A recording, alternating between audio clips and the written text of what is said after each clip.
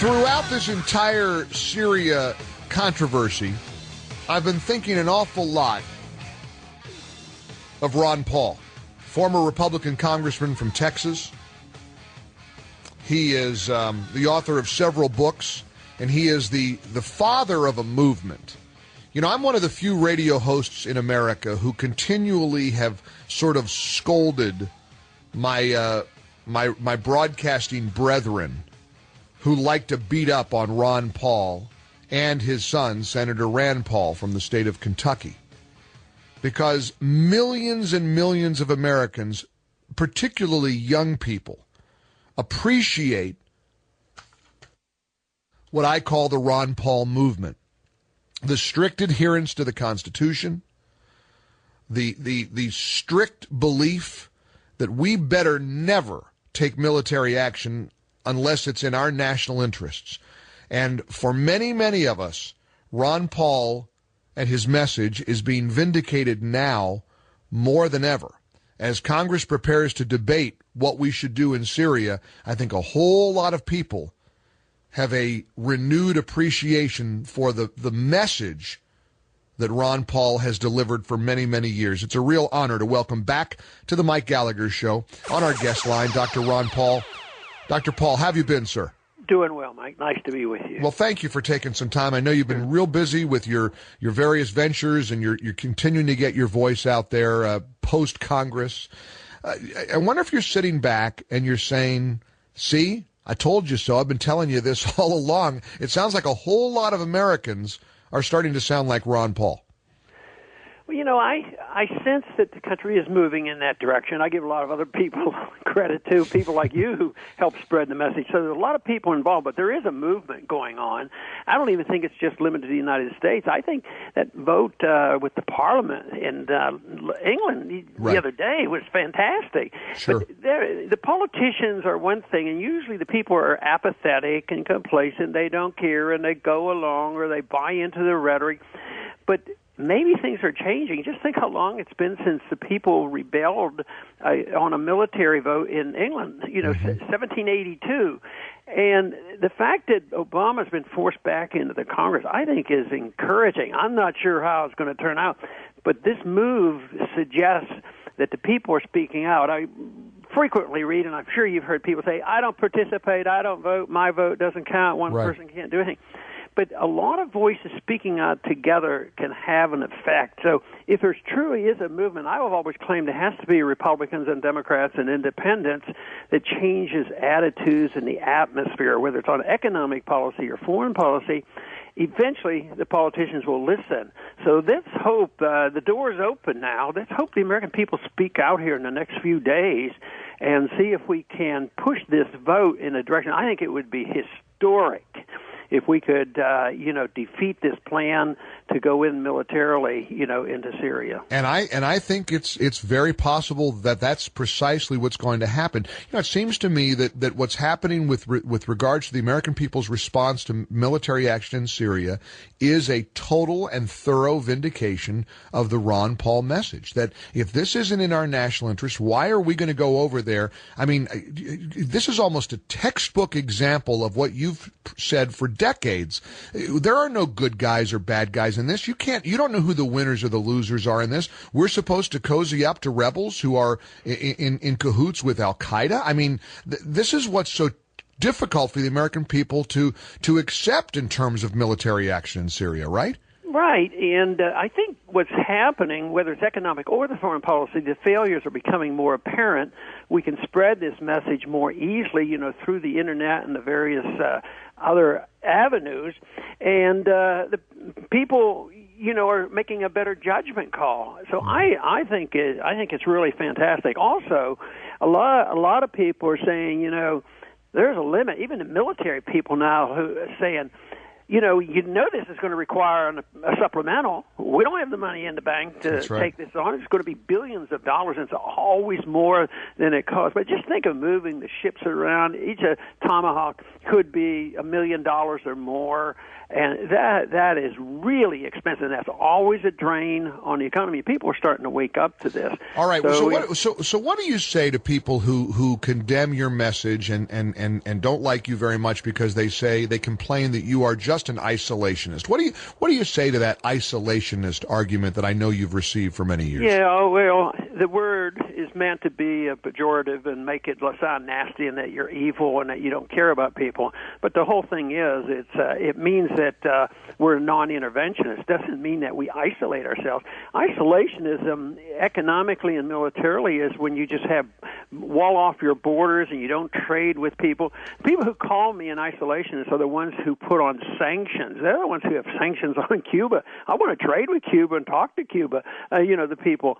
In the same way around the world, they're the ones who want to punish and sanctions, internationalism, and about the only thing that you can concede is, yes, I would like to make sure our weapons aren't placed overseas, just antagonizing and provoking and using weapons to kill people, and they turn that around and make it sound terrible.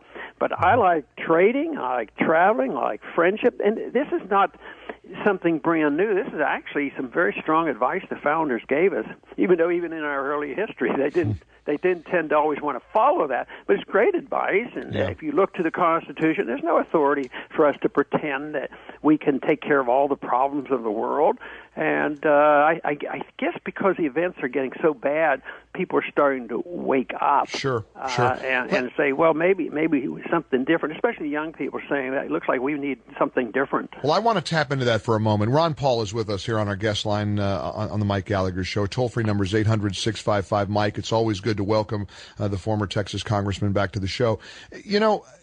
I have watched with great admiration many young people drawn to your message. These are the people who are going to be the future of the country, who are going to be voters and continue to vote in elections.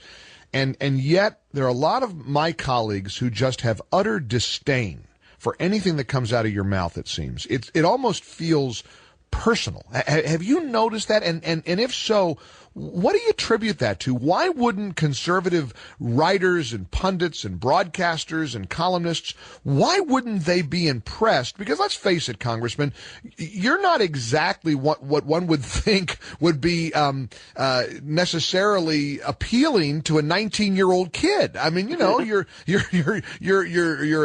a wise senior. I mean, you're a guy who's been around a long time, but you're not frilly, or you're not full of style. It's more substance, and yet young people are drawn to your message. One would think Republicans would appreciate what Ron Paul, and by extension, I think your son Rand, have contributed to the party, and yet many of them just have nothing but contempt for you. Why do you think that is? Well, I think the older people get, the less likely they are to look at different things, and they're locked in, and They don't want to change. They want to just stay the same. A lot of them are dependent on the system. They might be in the military-industrial complex, and they might be looking for free medical care, and it's on, and they always have this special benefit.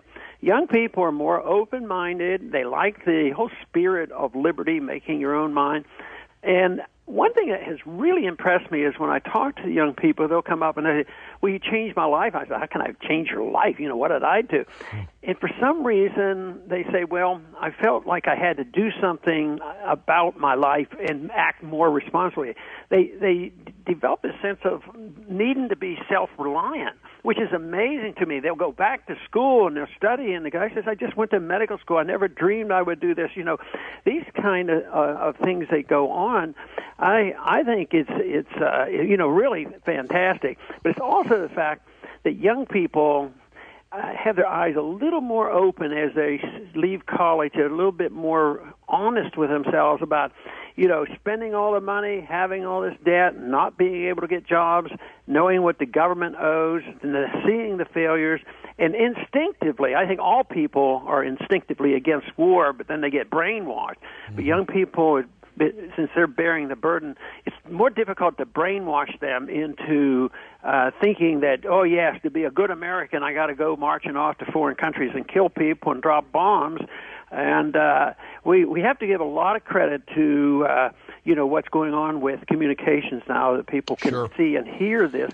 At the same time, I give a lot of credit right now for confirmation, from our whistleblowers that are saying, yeah, this is what our government really thinks about us, and this is what our government is doing to us. But let me mention one more thing, though, that they tell me. I said, why is this message appealing, or why do you even pay attention? They would say, well, when they referred to the debates, they said, well, you're the only one that was telling the truth. Wow. And I think they sense that I'm working very hard to be as straightforward as possible. Let's talk about a couple of your former Republican colleagues over on the Senate side. Lindsey Graham, John McCain, sort of leading the charge. Obviously, the headlines read they're warm to military action in Syria. I think they've been red hot on the idea for a long time. What do you make of Republicans who seem to be comfortable with supporting President Obama's desire to have some kind of military intervention in Syria? Well, that's been the Republican position for a long time. Even though Democrats got us into Vietnam, it was the Republicans that wanted to fight it and expand it, and were disgusted because we finally quit all the killing. So that is a position that's held, and I tried to make the point that that has not always been the case, that Republicans have had, a position different, that didn't think we should be going to these wars. But McCain and Graham, they are a real detriment, because the only criticism they have of the president, they didn't do it sooner, and they don't do it more broadly. They're ready to march into Tehran, and they're just almost obsessed with this, and think that military action can solve any problem in the world.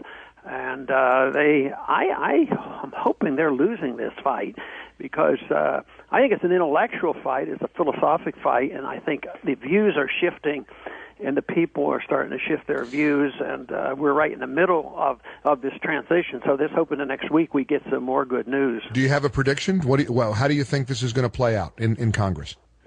I'm afraid it'll pass. They're going to water it down, and they'll pretend it was just very limited. And it won't be the way it's originally written. Means that they could march on Tehran, Iran right now. So they'll water it down and say, "Oh, this is just sort of like this," and then narrowly pass it. I don't know. I mean, I'm really hoping, the American people are more awake than that.